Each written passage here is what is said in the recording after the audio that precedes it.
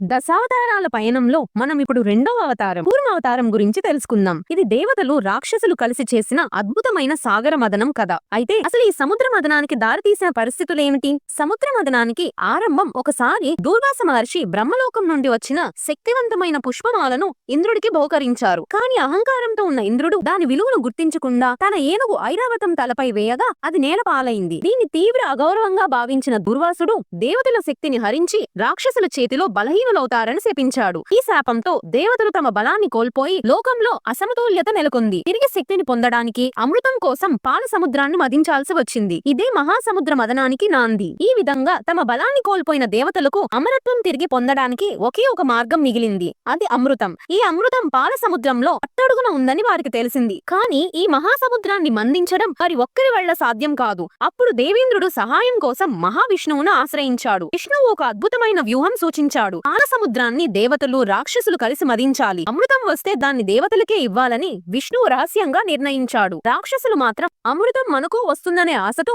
మదనానికి ఒప్పుకున్నారు. మందర పర్వతంను కవ్వగా వాసుకి అనే నాగపామును తాడుగా చేసుకున్నారు. దేవతలు వాసుకి తోకవైపు, రాక్షసులు తలవైపు ఉండి సముద్రాన్ని మదించడం మొదలుపెట్టారు. మదనం ప్రారంభం కాగానే మందర పర్వతం సముద్రంలోకి కుంగిపోవడం మొదలుపెట్టింది. పర్వతానికి ఆధారం లేకుండా పోయింది. ఈ సంక్షోభాన్ని చూసిన విష్ణువు తక్షణమే తన కూర్మ అవతారం ధరించాడు. ఒక భారీ తాబేలు రూపంలో విష్ణువు సముద్ర గర్భంలోకి వెళ్లి తన వీపుపై మందర పర్వతాన్ని మోసాడు. ఆయన వీపు విశాలంగా దృఢంగా ఉండటం వల్ల పర్వతం స్థిరంగా నిలిచింది. కూర్మ రూపంలో విష్ణువు అందించిన ఈ ఆధారం వల్ల మదనం నిరాటంకంగా కొనసాగింది. మదనం కొనసాగుతుండగా సముద్రం నుండి హాలాహలం అనే భయంకరమైన విషం ఉద్భవించింది. ఈ విషం ప్రపంచాన్ని నాశనం చేసేంత శక్తివంతమైనది. అప్పుడు శివుడు లోకాలను రక్షించడానికి ఈ విషాన్ని తాగి తన గొంతులో బంధించాడు. అందుకే ఆయనకు నీలకంఠుడనే పేరు వచ్చింది. ఆ తరువాత సముద్రం నుంచి లక్ష్మీదేవి, చంద్రుడు, కల్పవృక్షం, ఐరావతం మరియు చివరికి ధన్వంతరి అమృత కలశంతో సహా అనేక విలువైన వస్తువులు ఉద్భవించాయి. అమృతం బయటపడగానే రాక్షసులు దాన్ని పూర్తిగా తమ వశం చేసుకోవాలని ప్రయత్నించారు. అప్పుడు దేవతలు ఆందోళన చెందారు. వారిని రక్షించడానికి మహావిష్ణువు వెంటనే మోహిని అనే అద్భుతమైన